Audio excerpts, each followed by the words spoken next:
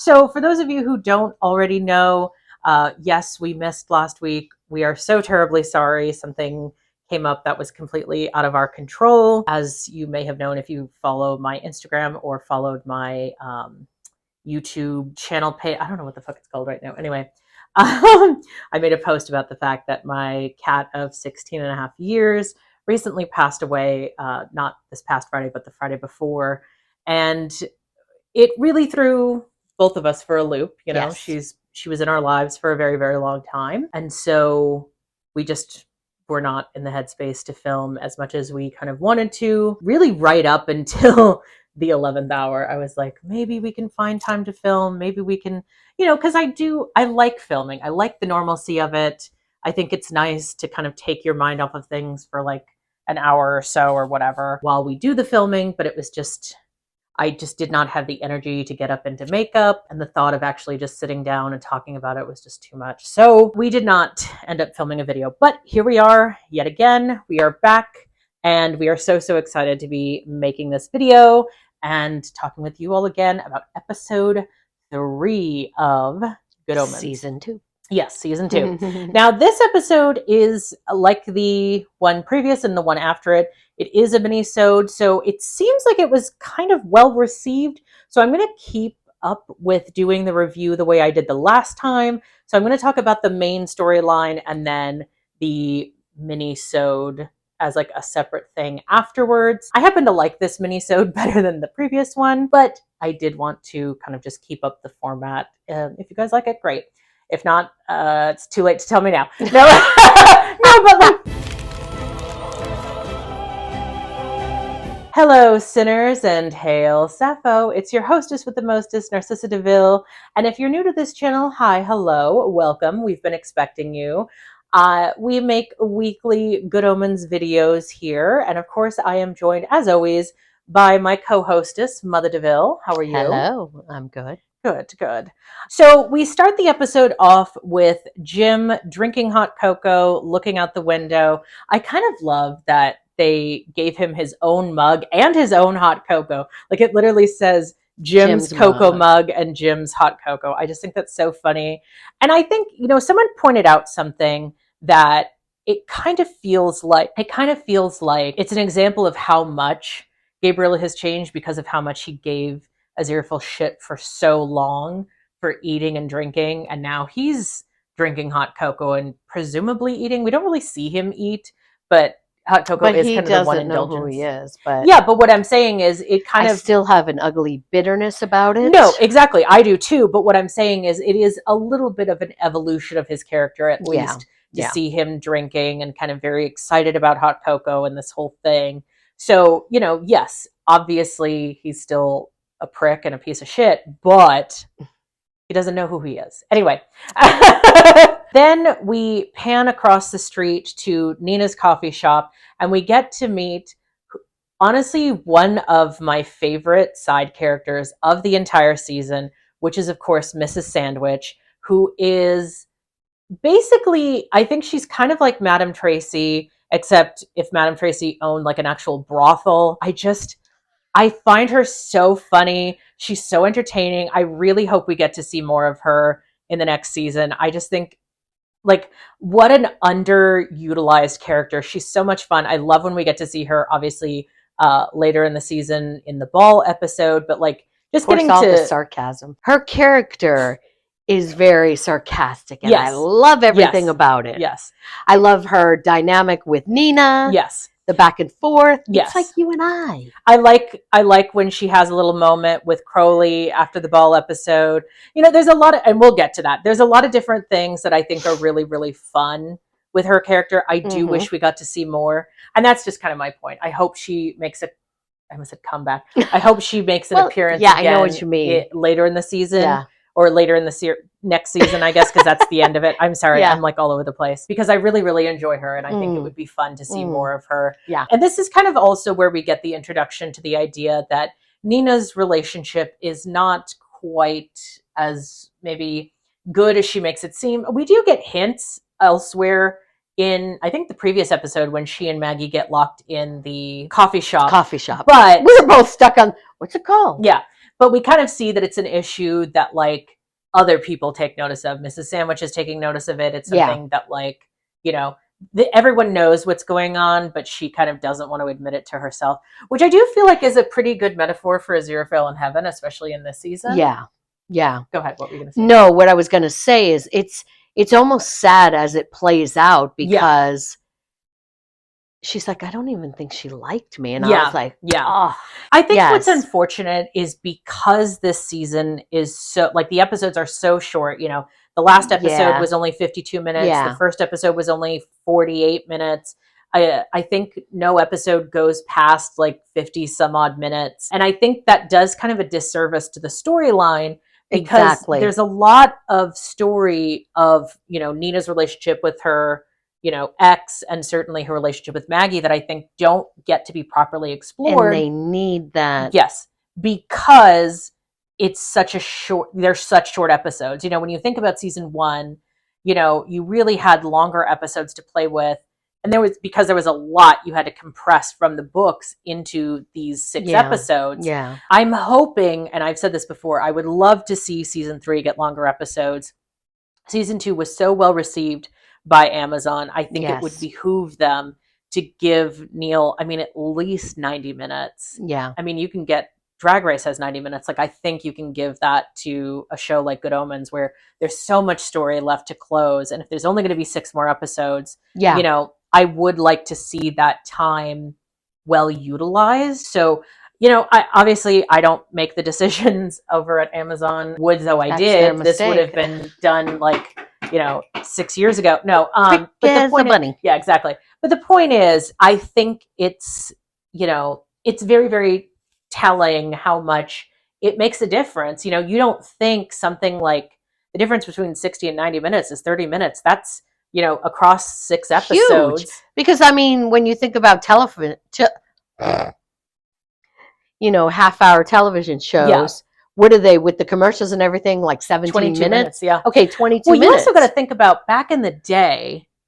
Back in my day. Yeah. Back in, you know, traditional television, let's say network television. Correct. It was not uncommon for shows to be 22 episodes a season. Yeah. So even if you got, you know, 2 seasons, you had a lot of room to play with. Yeah. You know, this show, if it were, you know, and that's US seasons, obviously the UK is a lot different. I know UK shows have been doing, you know, 4 to 6 episode seasons for years. Yeah. But, you know, you can kind of play around with things a little bit more. I feel like with a show that's this, you know, even though it's considered a comedy, and I say that in air quotes because I feel like there is a lot of drama, there's a lot of tension. It's kind of like a lot of modern comedies, how there's a lot of like, you know, darkness. Is that why they call them dramedies? Yeah, probably. Hopefully we will get to see more of, you know, Nina and Maggie. I know some people don't really like them very much, and I think it's partly because we don't know them that well. Correct.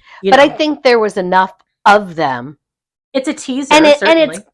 And it's kind of like, it's hard to figure people out. Yeah. Well, I feel like, I mean, you know, it's interesting because if you think about something like season 1, right? You know, season 1, you've got Newt and Anathema, and you've got Madame Tracy and Shadwell, who are side characters in season 1. And if you just watch season 1, you may not get the full appreciation for them that you do if you've also read the book. You know what I mean? I think if you've read the book and you've seen all of these things throughout, you know, 600 some odd pages of the book, then I think you get a better appreciation for a lot of these characters. Whereas if you just watch the show, at least in season 1, it primarily focused on Aziraphale and Crowley, and then Adam and them. Those were the main core cast. Yes. So I think you could be forgiven for, if you watch the show, not necessarily seeing Newt and Anathema getting together, not really that making much sense, but it doesn't make more sense in the book. They went from hello to sex quite quickly. Yeah, exactly. And mostly because a book told them to. But my point is... You do this now. Yeah, exactly. But my point is, you know, if you look at season 1 and season 2, I don't necessarily think, you know, taking the book out of the situation, if you watch them both independently of the novel, I don't necessarily think that Nina and Maggie's relationship is any more abrupt than Newt and Anathema's relationship. I would say Gabriel and Beelzebub's relationship, spoiler alert, is more abrupt than either of those two, but a lot of people took very well to that relationship. Correct. Whereas I feel like some people didn't take as well to Nina and Maggie just as characters at all. So I'm kind of, I don't know. I don't want to speculate. I don't want to say it's, you know, lesphobia or anything like that, although it kind of feels that way. But I do think that there is something to be said about the fact that, like, I think if you take the book out of it. But why would they have a phobia about the two of them when everybody is so gung-ho about Aziraphale and Crowley? Because people, here's the thing, and I've said this before, I thought about making this a whole video. Gay men and lesbians? Well, no, not even just that. But, like, think about who enjoys seeing or reading stories about gay men. Gay men, straight women, lesbians. Who enjoys seeing stories about lesbians? Lesbians. Maybe straight men if they're being a creep about it. But straight women don't want to see that shit. Gay men don't want to see that shit. So realistically, why? I do. Yeah, but you're the exception to the rule. Let's by and large understand this. This is a whole. We're so far off the tangent. But what I'm saying is, let me finish. People who are in love and their story to get there, behind there. I know what you mean. How they get there is a beautiful thing. Yes. It should be to anyone. Yes. We shouldn't feel any type of way of just get over it. Right. But it's by and large, what I'm saying is by and large, I totally especially get in what a you're fandom saying. Perspective, I think gay men are more accessible for some reason. There's a reason, you know, way back in the day before, you know, back in my Fandom Redacted days, I made a whole video about fandom having a problem with lesbian relationships, and they are never the most popular.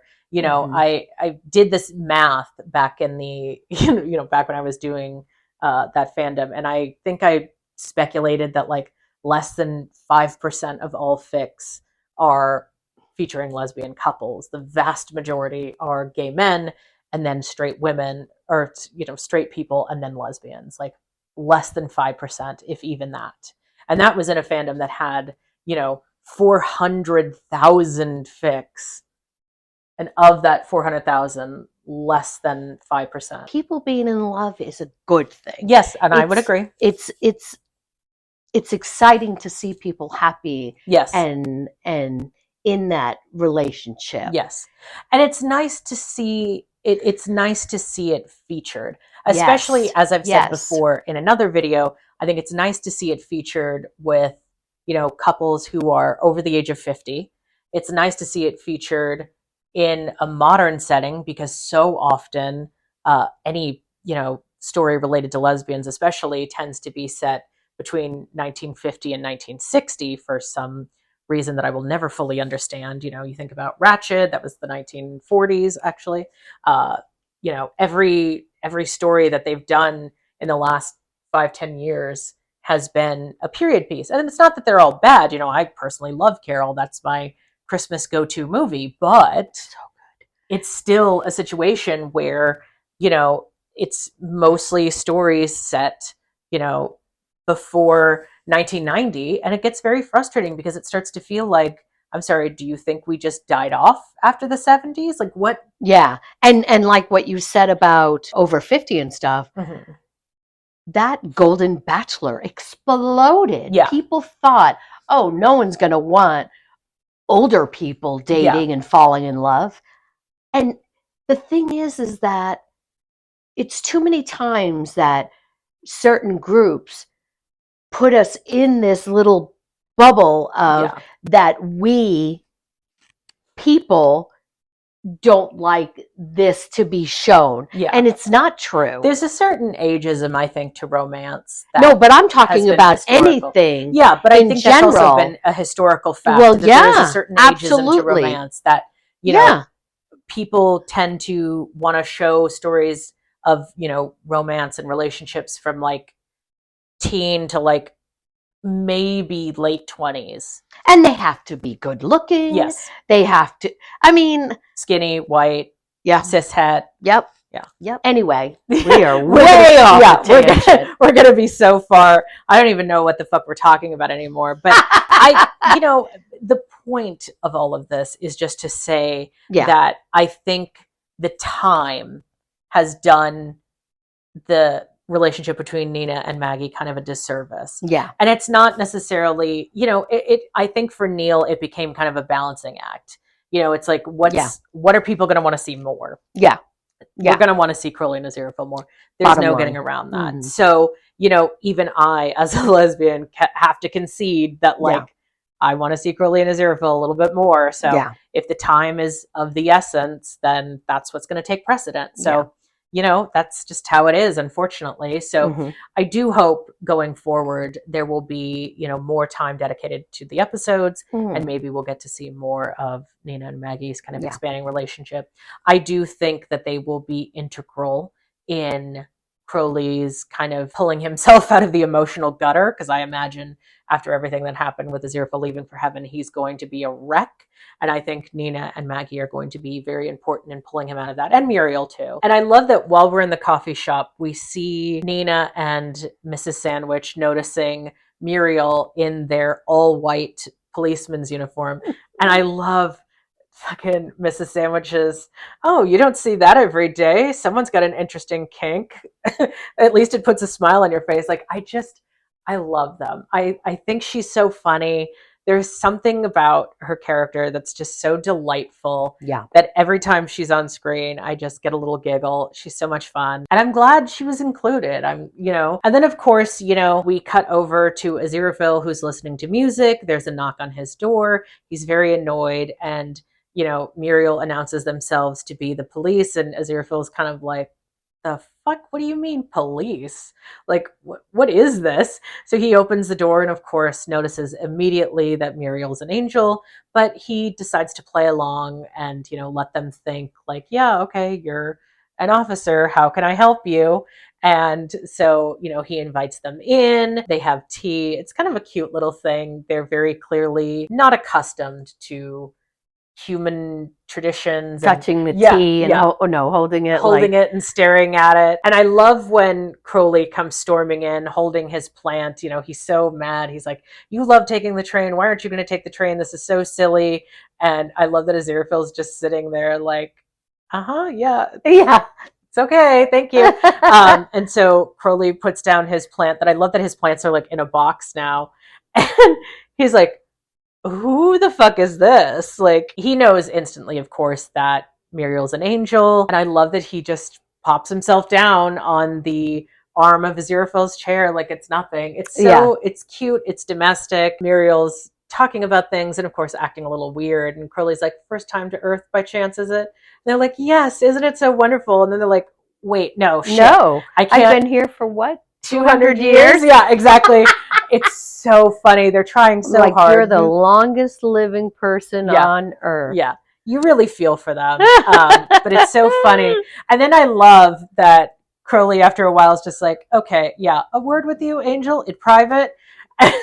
And so they just get up and go to the back room, which of course is painted in this actually very lovely yellow color that matches Crowley's eyes perfectly. I love that the color of the wall. You notice all of that. Vavavoom. I think that's hilarious. She has gone on about this color, but it's a great color. Yes, well, I don't even like yellow, but it's I think it's fun. It adds to the whole. Yes, it adds to the story. It adds to Aziraphale's obvious love. And of course, they're talking. I love when Crowley says, I don't understand how you lot have stayed in charge all this time. And Aziraphale's like, I'm not sure that we have. I just think that's such a funny line. And I love that, they're talking it out. And he's like, what is that angel doing out there? Yeah. And so Aziraphale has to explain like, yeah, it's the miracle we did together. Yeah. And Crowley's like, oh, okay. Sure. And then, of course, they're still fighting about the car. Muriel pops in. And so it is kind of funny because Crowley's like, I'm just giving my friend my keys so he can go take a day trip, basically.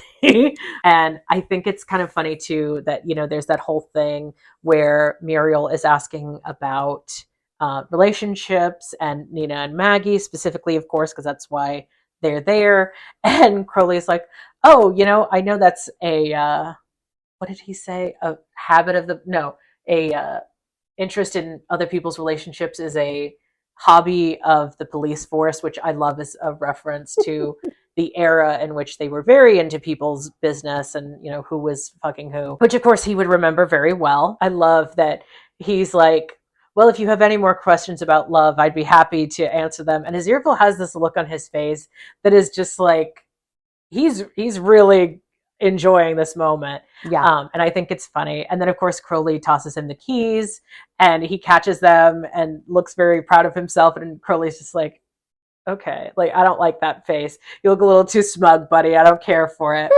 Aziraphale gets in the Bentley and he's talking to it, which I love. He's like, we're going to Edinburgh. And, kind of pats the dashboard and the Bentley takes off. Oh, I do love that we get a scene where Muriel is in the coffee shop and asks Nina about her love life. And Nina's just like, get out. Get out was so good. She's like, what the fuck? No, get out. Like, who are you? It's so funny. Because it is such an awkward question. But of course, Muriel's a little angel. They wouldn't know. And she thinks it's supposed to be because he told her. Yeah. Yeah. So they're like, sorry. Yeah. Yeah. I love that when we see Aziraphale in the Bentley, he's gotten it to play classical music. He's again talking to it, saying how, hey, we play classical music, it stays classical music. It kind of proves that I think the Bentley would do anything to make him happy, which of course being an extension of Crowley makes perfect sense. He also has a little snack. He's changed the horn. And of course we get Crowley interrupting him via the radio as demons are wont to do. And I love this scene so much. It's so funny too. Because he's like, what are you doing to my car? I can tell when you're driving under the speed limit. I can feel it. Yeah. Aziraphale's like, you can't. And he's like, I can. I love it. And, you see the little speedometer on like 30. I think it's so funny. And then, they pull back and the Bentley is just yellow. And Crowley's like, I'm sorry, my car is not yellow. It has never been yellow and it is not about to start being yellow now. And Aziraphale just has the poutiest little look when he says, but it's pretty. And he's like, I don't care, change it back. And then, Crowley takes over the Bentley and it starts speeding up. I love that Aziraphale's kind of trying to fight against it. And we get the Bentley turning back to black. Oh, Amy Winehouse. Just as the car kind of turns around a bend and we see in the distance a Loch Ness monster. I know, it's so cute. Funny. It's one of those things that you blink and you'll miss it. Blink and you'll miss it. Yeah. Because I watched it a few times and I never saw it. You were talking about it. I'm like, what? Yeah. And you're like, wait, it's coming. And then I'm like, oh, it is there. Yeah. And then I love the little like bagpipes version of the theme song, the leitmotif. I think that's so much fun. The little bagpipes and the way they change it up for each episode. Yeah. So then, of course, we cut to hell where Beelzebub is talking to their little henchman, I guess. I don't know what you'd call that guy. Because he's really only in this scene or in this season. Like you never really see him before then. But I think it's kind of funny. Beelzebub clearly seems kind of put out. They're asking if there's any more news about Gabriel. And it kind of, once you've watched it about 1,000 times, you kind of get the feeling like they're clearly like really asking for themselves. They're clearly upset. They're clearly depressed. There's kind of a whole deeper because nobody knows. Yeah, there's a whole deeper thing to it than what it appears like on the surface. But they have to be on the DL. But I love, my favorite line is when they're like, do you ever just think, wouldn't it be nice if someone gave you a little compliment about how well you're doing? And the henchman's like, in hell. And I'm like, you know what? I feel that at work every day. Wouldn't it just be nice if someone told you what a good job you're doing? And then of course I love that, before they leave, the little henchman is like, are you feeling all right? And Beelzebub of course lashes out because they're like, no, go away. Like, we don't need to get into this. You don't know me like that. Yeah. And I can't reveal that. So I'm just going to lash out because that's, how this works. And I do think also it kind of puts Shax's words into perspective in the beginning of the season when she's talking about how Beelzebub put some of the demons on half rations. So like clearly as soon as Gabriel left, they were kind of freaking out like, oh shit, this isn't going to be good. Yeah. So it seems like they were lashing out pretty much immediately, which isn't healthy, but to each their own. And I love that when we cut to the bookshop again, Gabriel is experiencing gravity for the first time and he's very upset about it. And Crowley comes down the stairs carrying, for some reason, an inexplicable amount of books. It's like this pile of books. And I love that Crowley explains gravity to Jim/Gabriel. And Gabriel's like, why? And Crowley's like, I don't know, it seemed like a good idea at the time. And then he just throws the books. So funny. So silly and ridiculous. And I love that, like, he wouldn't actually, do anything to sell a book, but he will throw the shit out of them. So next up, Aziraphale arrives in Edinburgh. He goes to the Resurrectionist pub. We see on the sign on one end, there is a picture of Jesus. It's apparently a religious pub. Then on the other side, we have Dalrymple, who's not a doctor, he's a surgeon or something. I don't know exactly how this works. Anyway, so Aziraphale goes into the pub. He kind of looks like a little journalist, which I think is adorable. And he's kind of trying to get information from the bartender. He's trying to find out, did you see this guy? And he holds up this photo. And I love that in the beginning, the bartender's like, I see a lot of people, like, I'm not going to remember this dude from last year. And it turns out that he does remember him because Aziraphale draws like a printer, I guess. He's a really good artist, and it only comes up now, which I think is really funny. But so, of course, the guy remembers him. He explains that he was with someone, but he has no idea who. And of course, Aziraphale has no idea who as well. Next, we see Aziraphale in the graveyard. He's looking up at the statue of Gabriel. He's got kind of a pensive look on his face. And then, of course, he runs into these two guys who are kind of just hanging out. To me, they give very skinhead vibe. I don't know. Maybe that's just me. There's definitely something about them that gives like sketch vibes. But I do love that Aziraphale is not one to be trifled with. He is not afraid of them. He's like, yeah, I need a phone and I need it like now. So hand it over, Buster. And I like, his little attitude. I think it's funny. And I love that the one guy is like, I don't have any minutes, but I mostly use it for Twitter and Grindr. And he's like, okay, cool. And so he calls his bookshop. Crowley answers. And I love that Crowley's answer is like, we probably don't have what you want. And even if we did, we're not going to sell it to you. I think that is, Crowley definitely taught Aziraphale the worst kind of customer disservice. And honestly, I wish I could answer the phone the way he does. I'm just going to say that. I do love that, when Crowley tells him he did a good job finding the clue, Aziraphale is so excited. Genuine praise, because of course he is. It's really cute. And I love that Crowley's like, okay, but what's the clue? Like, what's going on? And so Aziraphale kind of explains everything to him. Not that he has too much to go on, but I do love that at one point, Aziraphale's like, you haven't really been selling any books, have you? And Crowley's like, not a one. And Aziraphale is so relieved by this. And then he's like, he sees Nina and Maggie and he's like, I gotta go. It's the awning of a new age. I love that pun. I think it's so funny. So he hangs up the phone. And of course, Crowley manifests the rain. He really tries to get it going. Nina and Maggie have kind of their own private conversation. They end up hiding under an awning, exactly like Crowley wanted.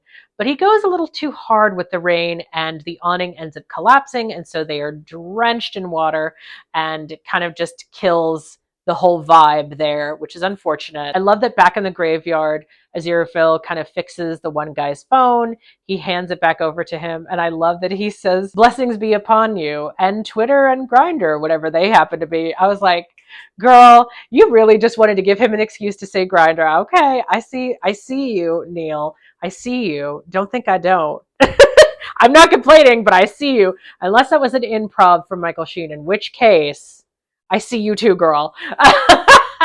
After the whole rainstorm, Crowley turns to Gabriel and, he talks about how the Vavoom was not the end of that particular tempest. And Gabriel has another memory where he remembers, or I guess it's not really a memory, it's kind of unclear, but it's something that's like the original angel version taking over his mind. And he kind of says this phrase about there coming a great tempest, and the dead will leave their graves, and every day it's getting closer. And of course, Crowley's like, what are we talking about? After that whole scene, we get Shax knocking on the bookshop door. Crowley tells Gabriel to stay where he is and follows them out. I love that there's kind of this scene where Crowley is like talking to different, versions of Shax who it seems like they're possessing. And then of course Crowley runs into the real Shax who's in front of the door and is like, let me in. And Crowley's like, yeah, I can't do that. And then of course, she's convinced that Gabriel is in the bookshop, and Crowley's just very sarcastic about it. I love it. Crowley going back into the bookshop after Shax leaves, and he goes up to Gabriel and he's like, if anything bad happens to Aziraphale because of this, he's like really threatening, and he's like, there's nothing I can do. It's always too late. And it's really kind of a tragic way to end that, but I guess it's also very appropriate too, because it is always too late for him. So in this particular mini-sode, this mini-sode is called The Resurrectionist. It's another one going back to the 1800s, which of course we see. I love the idea that Aziraphale has a diary that he keeps, and he's on like his 603rd volume or whatever, which I think is funny. I wonder how long he's actually been doing them. Like, does he do, a couple dozen a year, or like how much are you writing, dude? I just think that's so funny. It gives very like teenage girl in a comedy where she's, dear diary, today Tommy looked at me in math class. Like, it gives that. I just think it's so funny. I love the idea of him like on his bed kicking his feet talking about Crowley. I love that Crowley and Aziraphale go to a graveyard at night. I love that Aziraphale starts it off with Crowley saying he had something to show me that he thought I would find rather amusing. I think that's so funny. And of course, it's the statue of Gabriel. Fun fact, I have recently learned that apparently graveyards at night were kind of the place to be for queer couples going on dates, because it was kind of like this place where nobody could find you. So it was not uncommon to find queer couples like on dates in a graveyard at night. So I think it kind of adds to this idea of the two of them kind of like clandestine meetings in a graveyard at night. I think I have a migraine because I have a headache and I feel like puking. And then of course, Crowley runs into the character of Elspeth, who is kind of a one-off character. I don't know if she's going to become more relevant later in the show somehow. I love the idea that we get to meet these characters and kind of get introduced to this whole kind of world of this sort of like, young woman who's very poor and living in the streets and trying to just get up enough money to, take care of herself and her best friend or possibly girlfriend. It's really ambiguous what exactly they are to each other, but I think it's kind of a cute moment. I like how they take care of each other. I think that's very sweet. And of course, I love that, Aziraphale is kind of on his high horse in the beginning. He's very like, no, this is bad. This is awful. You can't just dig up bodies. Like, what are you doing? And then of course, as he realizes that, hey, there's more to it than that. And like, this is something that is, helping people to understand, helping doctors and surgeons to learn about anatomy, and so he kind of realizes, okay, well, this can alleviate human suffering. So maybe this is something that's, not a bad thing. I love that whole conversation. I love the conversation that Crowley and Aziraphale have as they're helping Elspeth cart the body about, the nature of good and evil, and how having less to start with makes you have more opportunities or whatever. I love that was originally in the book. It was kind of like a throwaway line in the book, and then it kind of got its whole, larger thing within the meta narrative of the show. So I really appreciate that. I love that when Aziraphale and Crowley decide to talk to Mr. Dalrymple, Aziraphale is trying to ask Crowley to stop time, and he just like wiggles his fingers about like, hey, do you mind? Do your little magic trick and stop time for a second. It's just so funny. So they have their own, little chat with him. It is kind of a tragic scene because they introduce the idea of this, tumor that the surgeon took out of this young boy who of course didn't survive. And Aziraphale's kind of holding it to his chest like it's still an actual person, and he's so devastated by it. And that's what makes him realize that, like, hey, this is actually kind of a good thing and this can change people's lives. And so he decides to help Elspeth, of course. But it doesn't go so well because her friend, Wee Morag, gets kind of scared seeing a dead body and trips a grave gun, gets shot, and ends up, passing in the crypt.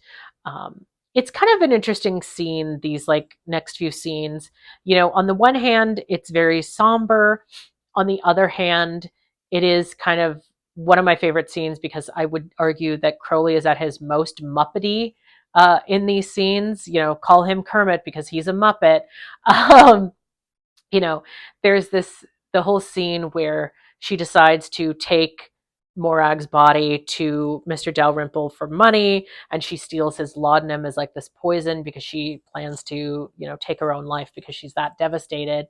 And, of course, Crowley and Aziraphale catch her in time and they save her by Crowley drinking the laudanum himself because obviously being a demon, nothing's going to happen to him. And I think this scene is like one of my favorites in this episode because, like I said, it's the most Muppety, it's the most silly. He's clearly drunk. He's, talking super fast. I love that he's like, Angel, Angel, tell her, and he goes on this whole, tear about, poverty is ineffable, life is worth living, go on.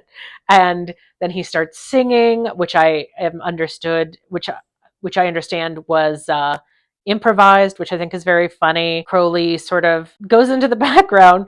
Well, I love too that he like makes these neighing sounds, and he's like, that kind of sounds like a goat, and it's so funny. And then Aziraphale and Elspeth are talking, and Crowley's in the background, and he trips and falls and just becomes like, I don't know, an inch or two tall, which I think is so funny. Again, it's this very silly, Muppety scene in the midst of like what would be an otherwise serious kind of topic. And so, Crowley's like, I gotta make myself bigger again. So he concentrates, and then he becomes like 10 feet tall and a giant, and he busts through the crypt. And I love that he like growls down at Aziraphale. I think that's so funny. Again, it's so silly. It's so unbelievably silly. And, he tells Elspeth, like, look, you've messed up, but you have a chance to turn over a new leaf. And so he gets Aziraphale to give her all the money that he has, basically, and give her a new lease on life because otherwise she's going to get herself killed doing what she's doing now. And of course, it changes her life. But presumably, we don't really see anything after that except for Crowley and Aziraphale in the graveyard together. I love that Crowley's very clearly drunk. He's like high off his ass, maybe is also a more operative word.